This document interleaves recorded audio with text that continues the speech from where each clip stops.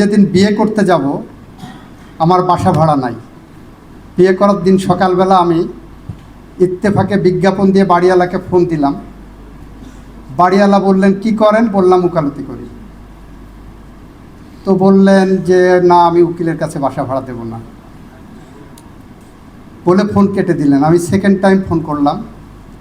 আমি বললাম যে আপনার ঘরে কি বিবাহযোগ্য মেয়ে আছে? তো আমার ব্যাকগ্রাউন্ড চেক করলে পারে আপনার মেয়েকে আমার সাথে বিয়ে দিতে চাইতেন। তো উনি একটু হয়ে বললো যে আপনার কথাগুলো ভালোই লাগলো, ঠিক আছে আমি আপনার জন্য বাসা রাখবো।